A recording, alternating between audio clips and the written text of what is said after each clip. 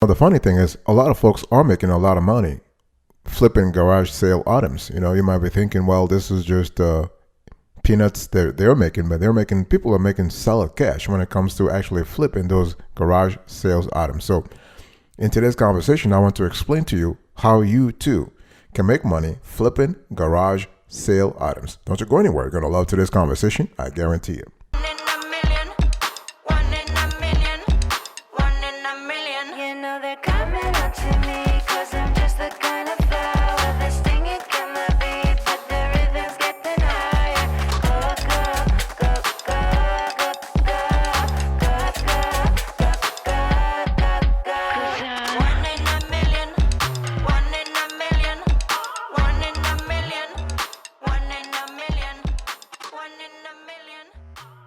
Welcome back, folks, to another edition of the Awesome Sweaty Kiwi Show. How are you today? I hope you are doing fantastic. I'm doing marvelous, if you were to ask me. If you are doing as great as I am, go grab a cup of coffee or tea or vodka. Now let's roll. In today's conversation, we want to talk about how to make money flipping garage sale items, not just once, but continually. The first thing you need to do is to self-educate. In other words, you need to pick a few specialty areas and get to know them very well. See, the thing is that when you pick a few specialty areas and know them very well, then you gain expertise. Then you know exactly what's going on. You know how much the garage sale items can fetch in the open market, so that when you go to buy them, you know, hey, listen, I think this price is good because I can sell it at that price. So it's very important. Expertise takes time, but it takes also commitment. So you can say, you know what, I want to focus on electronics. I want to focus on cooking accessories. I want to do toys. I want to do baby shower items, whatever it is. So you really need to pick a few items. It doesn't have to be one or two. It can be 3 or 4, but you got to be expert in something. You cannot be expert in anything, in everything for that matter, but you need to be expert at something. And once you actually start doing research, you can go on eBay, Amazon, Facebook, Marketplace, and you want to figure out how much people are selling those items for.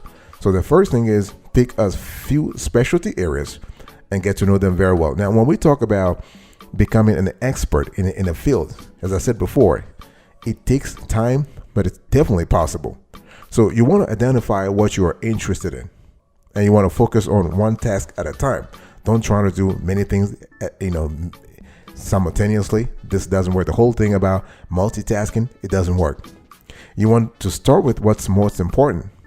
You want to invest time and effort. You want to be committed. Set specific goals. Very important. You can say, you know what? I want to learn about baby shower items in 1 month, in 30 days. And after 30 days, you can say, I want to learn about cooking accessories in 60 days. So it's really important to set specific goals. You want to find or create an environment for practice. You want to look for specific and accurate feedback. And the cool thing is you can also find a mentor. Yeah. And you are constantly, it's all about trials and errors. So you can test yourself and see, hey, I think I know a lot about cooking accessories, but no, I think I need to learn more. So again, invest the time to self-educate.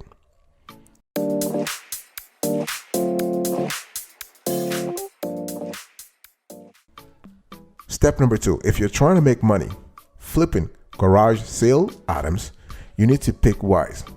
In other words, you need to be clear about where you want to buy, where you want to select, what kind of items you want to select. This is important. See, the mistake that we have seen in our research, a lot of garage sale item flippers, they try to do everything. They try to actually buy everything in bulk and sell. And this random process, it's really not effective. You want to pick wise. For example, sales where everything needs to be sold. If you go to estate sales, so a great place to acquire stock for garage sale flipping is an estate sale. Estate sales occur for many reasons. Often, those sales are held because, sadly, a family member passed away and the family needs to sell the house. If someone is holding an estate sale and is often run similarly to a traditional garage sale, just on a much larger scale. Usually, everything in the estate is fair game and rarely had a set price. That's where you come in with your strong negotiating skills. Okay. And the benefit to an estate sale is that you can find nicer and more valuable items than you would with a sale just getting rid of old junk. You can also usually get estate sale items for a great price if you know how to barter. Very important. Your negotiating skills are important.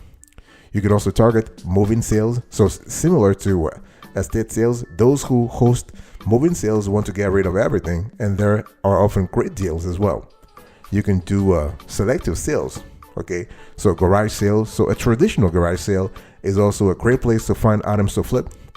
One benefit to the garage sale approach is that those sales happen often, so the frequency is really important. Once a week, once a month. This is really good, and this is kind of cool. And one thing you want to do here is that you want to be very picky, because one disadvantage to garage sales is that people who hold them usually are not looking to just get rid of everything. They just want to make a profit, so they will charge what they think the items are worth and will likely avoid haggling. So if you do both garage and estate sales, you'll be able to flip and sell more items. So it's all about having a constellation of avenues where you can find those garage sale items to flip. You can also buy in stores. Yeah, you can buy in stores. So when we talk about buying in stores, you can think about thrift stores or flea markets. Okay, and before buying stock at thrift stores, make sure you are going to get the right deal. You need to go to the right kind also. Thrift stores are becoming increasingly popular, and the prices are increasing. So this is kind of important. You need to think about pricing versus your profit margin. Also, flea markets. So flea markets are similar to thrift stores in the sense that they are a place where secondhand goods are sold. Like most traditional markets, flea markets offer an opportunity to barter for a lower price. So you want to negotiate really, really hard. This is important. You want to fight for every single penny. So you're still with me, boss. So basically, you want to make money flipping garage sale items. Number one, self-educate. Acquire the expertise in a few fields of a few areas.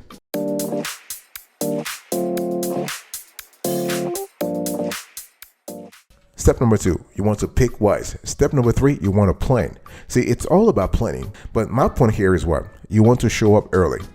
Because if you are going to see the garage sales usually start around 10 or 9 a.m., you want to be there at 8:30. That way you can understand what is available for sale. You can have a conversation with folks before the sale even opens. See, that's what we call early mover advantage. You want to be there, really important. And you want to focus on smaller items for simpler shipping.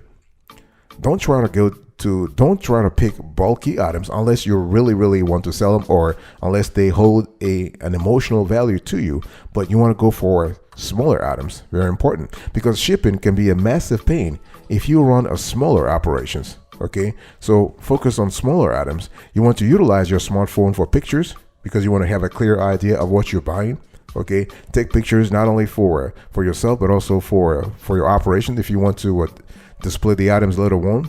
And make an offer. So when we talk about making an offer, again, you always want to start low, because the seller is going to barter anyway. They're going to haggle.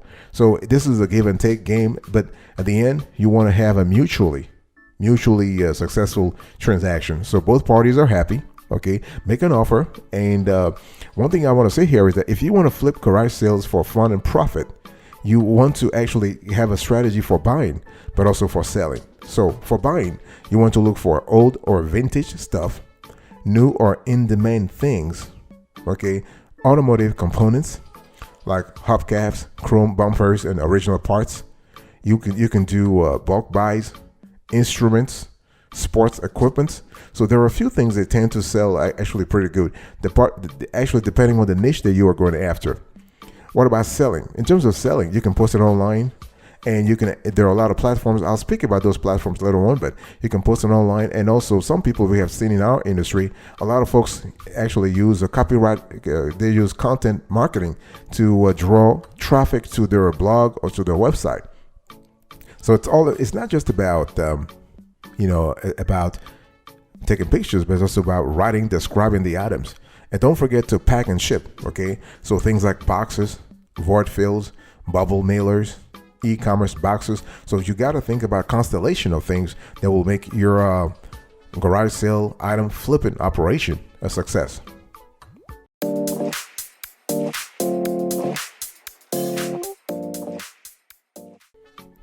I want to go back to the negotiation part. Okay, one thing you want to do is you want to haggle smart. This is really important, and there are ways to actually do this, because when you think about garage sale items, usually the profit margins are pretty slim. So in that environment, when you are trying to fight for every single penny because you're trying to turn out revenue and a profit, you have to be very, very good at the negotiating. So you want to be the first one there. Punctuality is really important. Early birds, you really want to be there. If it's a scheduled event such as a garage sale, moving sale, estate sale, or a flea market, show up before it opens. I said 30 minutes. Our rule of thumb is 30 minutes. A lot of clients that we have followed, they do this 30 minutes before. And so you want to be the first one so you can have your pick of items, take pictures.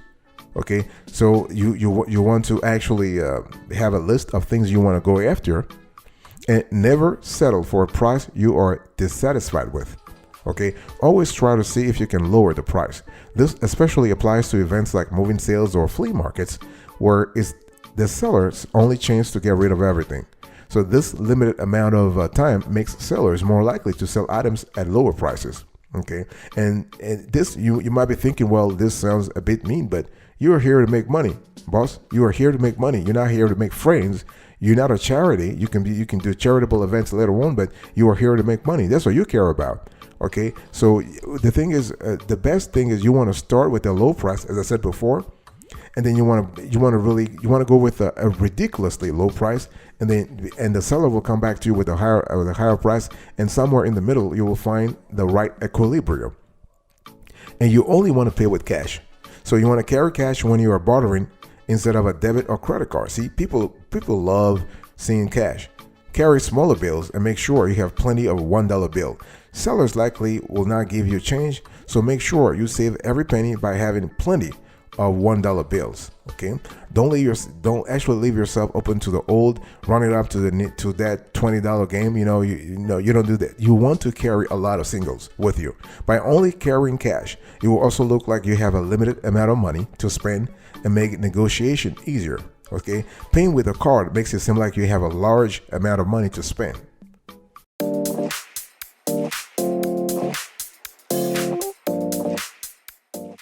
Let's talk about maximizing profit. I said earlier that you are not in the game to make friends. You're not in the game to socialize or network or whatnot. You want to make money. So how do you actually make money? How do you maximize sales profits in this industry? If you are trying to flip garage sale items, the first thing you want to pay attention to is the item display. So if you are selling your items online for profit, make sure you have plenty of angles and descriptions. This is why I was just telling you earlier that you use your smartphone, and you want to have a good smartphone, not a crappy phone. Okay, don't leave it up to the buyers to contact you for details.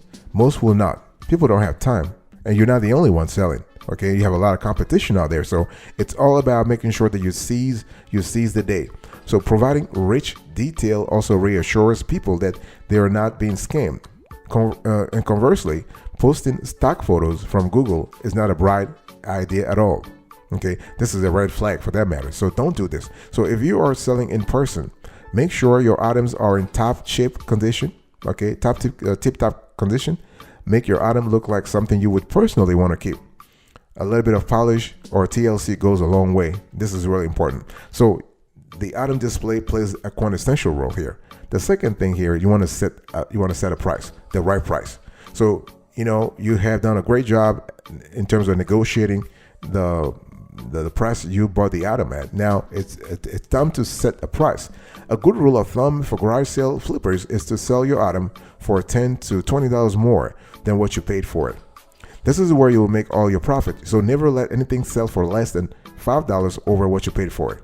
Okay, and the only exception in our research to this rule is that if you can shift items in value, so making $5 a pop when the seller takes 50 items, it's certainly worth your while. And so this is cool, and it's important. And one thing you want to pay attention to is that you want to specialize in a niche or on a certain items that are very trendy. Because staying trendy in this industry is quite essential, because you will soon develop a feel for what's trendy and what's not. Because so those who are getting early are the ones making big money. That's what it is. Okay, this is not a static market. Things are changing. People have new hobbies. People are trying to collect things. Okay, so if you take Pokemon cards, their value has exploded. Many savvy garage sale flippers have picked up whole collections for pennies before selling single cards for thousands. So it's all about opportunity, but it's also about being there, commitment, and preparation. I'll be right back right after this. Don't go anywhere.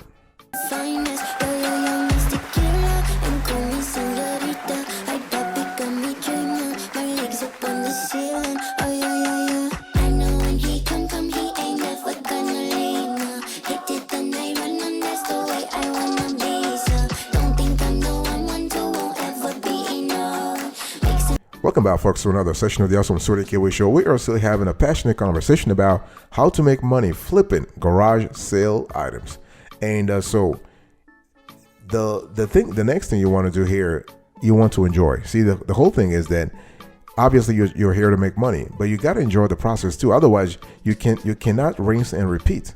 If you want to do this sustainably, you want to do this for a long time, for a long period of time, you really need to enjoy it. Okay, it's important. Now, so the best items for garage sale flipping for fun and profit, you have to see, people have to understand, if you're trying to make extra money, you have a lot of ways to do this. You can have gigs for Uber and whatnot.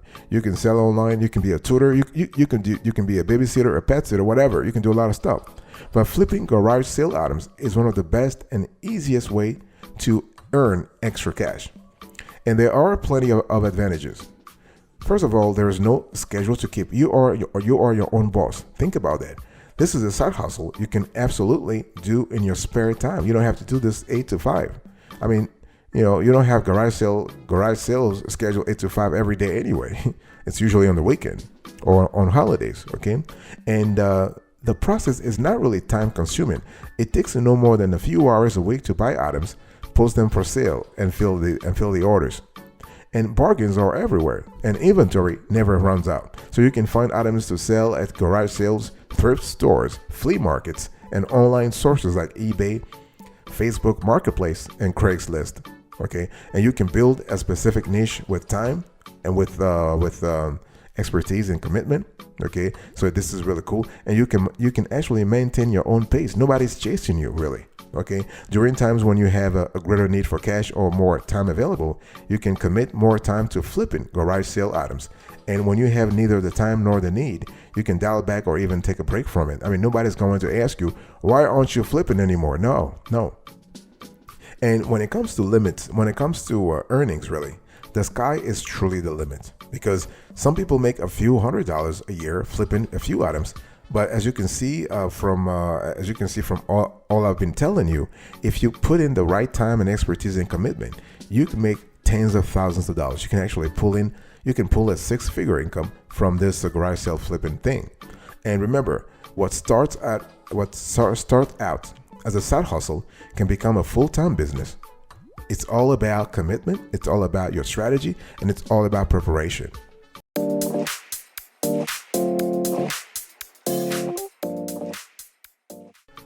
The next thing you need to do before actually, making money in the long run in this industry, you need to validate. Really, really important. You need to validate. You need to constantly validate your niche. Now, did you find a market? Well, if you found a market, how did you validate it? You have to go online. You have to do Google research. You need to do keyword research. If you're expert in the whole thing about SEO, you need to do this. You need to ask around. And if you remember at the beginning of the show, I told you to actually choose something that you already love. So see, the thing is, if you let's say you picked a few items and you try to become an expert with those items, you will realize very soon that you know more about those items than the regular Joe. So you will be in a position to realize, if this niche is a great niche or not. So you can validate your niche through your own knowledge.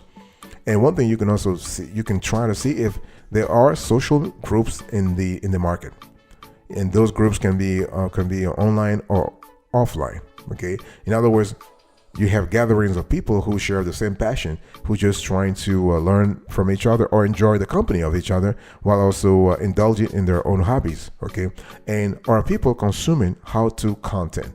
In other words, If you're trying to build a successful brand in any market, you need to build relationships with an audience, right?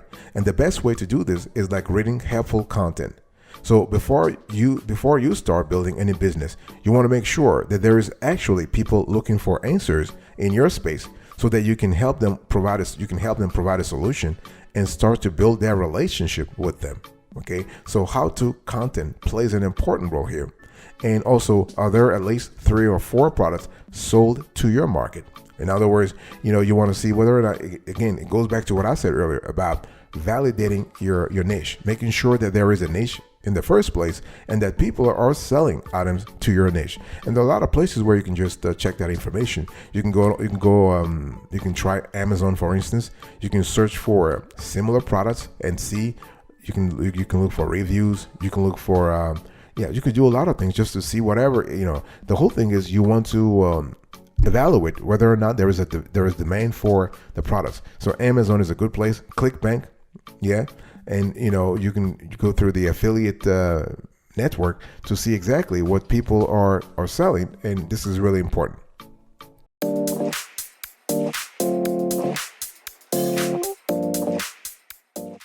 And also, one thing I want to say here is that you want to again, I'm still having a conversation with you about validating the niche. You need to think about whether or not you can build an email list in the market. If you can, that means what? It means that there is demand for there's demand in this particular niche.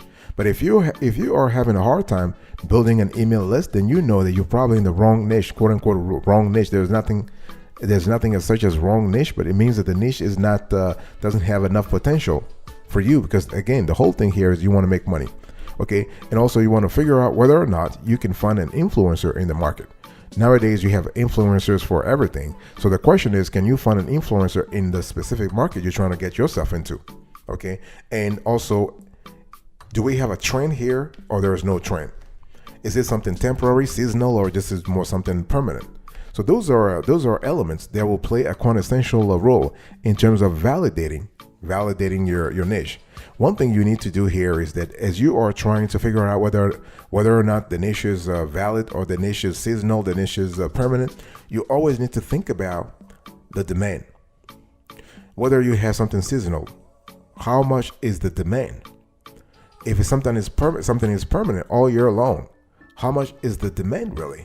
Because the last thing you want is start buying cooking accessories and realizing that nobody's really interested in buying cooking accessories from you, or from anybody for that matter.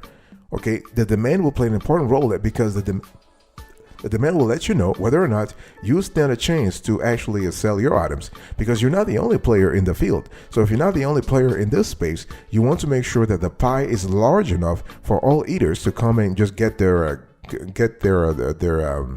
slices. All right. And one thing, so you want to constantly see, when we talk about validating the niche, this is a constant thing. This is not a one-time thing. It is a very dynamic market. Garage sale items are constantly changing. People's hobbies are changing. People's interests are changing. So you got to constantly adapt. Okay. But it is pretty fun. If you love what you're buying, if you love what you're selling, if you have that, this is what I was telling you. You need to enjoy the process. Making money, of course, plays an important role, but if you don't enjoy it, you're not going to make money sustainably in the long run. So you need to enjoy the whole thing.